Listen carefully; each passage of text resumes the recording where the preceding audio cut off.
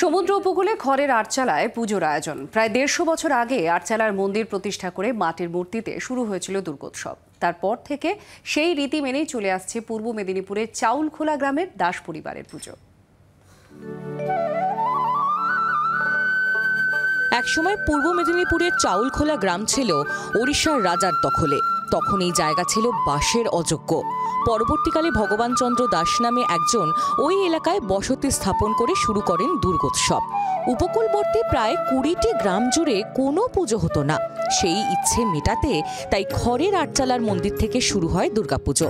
সেই রীতিনীতি মেনে আজও পুজো চলে আসছে মহাসমারোহে।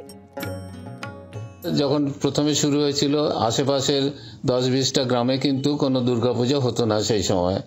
সেই পুজো শুরু করার ফলে আশেপাশের সমস্ত গ্রামবাসী এসে আমাদের পুজোতে পার্টিসিপেট করতেন এবং তার ফলে এই পুজোটা সার্বজনীন এবং সর্বজনীন হিসাবে উপস্থাপিত হতো গ্রামবাসীর কাছে। বর্তমানে দাস পরিবারের প্রায় ২৫০ সদস্য মিলে মিশে আয়োজন করেন পুজোর কটা দিন নাচ গান আবৃত্তি নাটক সহ নানা অনুষ্ঠানে মেতে থাকেন বাড়ির সকলে।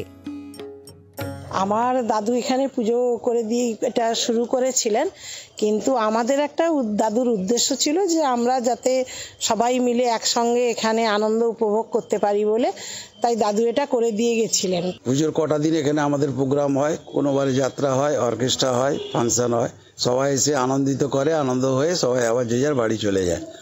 প্রতি বছরই এরকম হয়। এবছরও আমি সম্পাদক আছি, এবছরও এই প্রোগ্রামই একই হবে। আশেপাশের মানুষের ভিড়ে এই পুজো এখন সর্বজনীন। দেবীর কাছে মানত করেন অনেকে। দীঘা মন্দারমণির পর্যটকরাও দর্শন করেন এই দেবী প্রতিমা। যাতে এই ১০-২০টা গ্রামের আবাল বৃদ্ধ বনিতারা এসে খুব ভক্তি সহকারে এখানে পুজো দেন, অঞ্জলি দেন এবং অনেকে আবার এই ব্রত করেন মায়ের কাছে এবং তাতে ওনারা সাকসেসফুল হন। আগে দশমী তিথিতে মায়ের মূর্তি সমুদ্রে বিসর্জন দেওয়ার রীতি ছিল, তবে এখন চাউলখোলা থেকে পিছাবনি পর্যন্ত সিঁদুর খেলার মাধ্যমে পারিবারিক দিঘিতে প্রতিমা বিসর্জন দেওয়া হয়।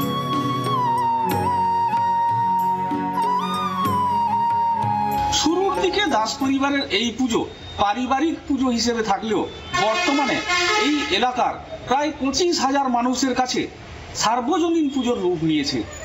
চাউলখোলা থেকে ক্যামেরায় শান্তনু খুটিয়ার সাথে কিরণ মান্না, জি২৪ ঘন্টা।